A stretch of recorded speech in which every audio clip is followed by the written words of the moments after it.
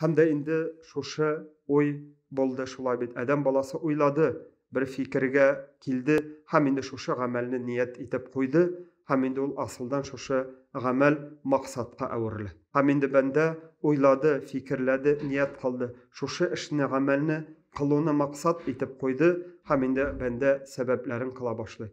Türlü gamellerin kıla başlı. Hem indi şuşa maksatqa erişu yolların izli başlı. Mene cemaat indi asılda şuşu köngül kişinin bendenin köngülünde gamel kılgançı bola turgan yani yolunu oy hiç kişirişleri şuşu iş ilişten tura dip aytip bolar idi. Yani birincisi ol oy fikir bolsa, ikincisi niyetler koyu bolsa, üçüncüsü şuşunu maksat etip koyu. Hem indi şuna göre de Allah subhanahu wa ta'ala şuşu bizge nimetlerini, Allah nimetlerini bergen. Aya qarasak cemaat, ala amel qılgançı biz inni köpme ilek aşa ötkeremiz. Yani köpme özümüzün oy fikirler, kişirişler artkalı indi amelge tutungançı, indi biz köpme yollar aşa uzdırabız.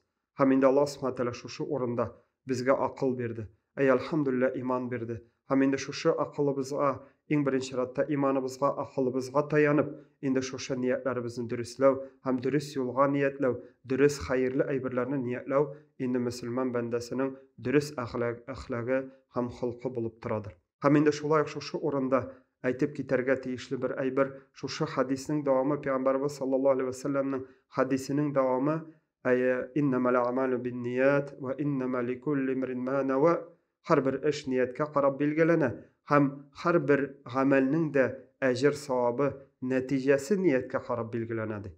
Hem indi asılda bu big oluk bir anlarga tiyişli bir ayberdir. Yani Peygamberimiz sallallahu aleyhi ve sellem ikinci bir hadisin indi aytip kiterge kerek. Kıyamet günde adam bağlarısı Allah Teala karşına gelip basırlar. Hem indi şuşa bendeler arasında namaz okup, oraza tutup, Kur'an okup, hayır sadakaların berip yaşayan bendeler kilirler. Ayı bizim akılımız bilen anlaşılgança, indi bu bendeler en oңuşqa erişken Allah'ın rizalığına, köp ecir savaplarga erişken bende kibik tuyula. Amma lakin cemaat Peygamberimizin bek indi katı aytilgan şuşu sözleri bizge ders bulurga tiyiş. Peygamberimiz sallallahu aleyhi ve sellem ayta yok, şuşu bendelerinin amellerin kiri yüzlerini atırlar. Kiri yüzlerini atırlar, Allah'ım sallasın. Hem indi şul vakitte sıralar, ni işin alarga şulay işlenildi? Ni işin şulay buldu? Şul vakitni Peygamberimiz sallallahu aleyhi ve sellem'nin hadisi devam etip aytile, yani alarının şuşu kılgan amellerinin niyetleri Allah rizalığın alı bulmadı. Allah'ın rizalığına erişu bulmadı.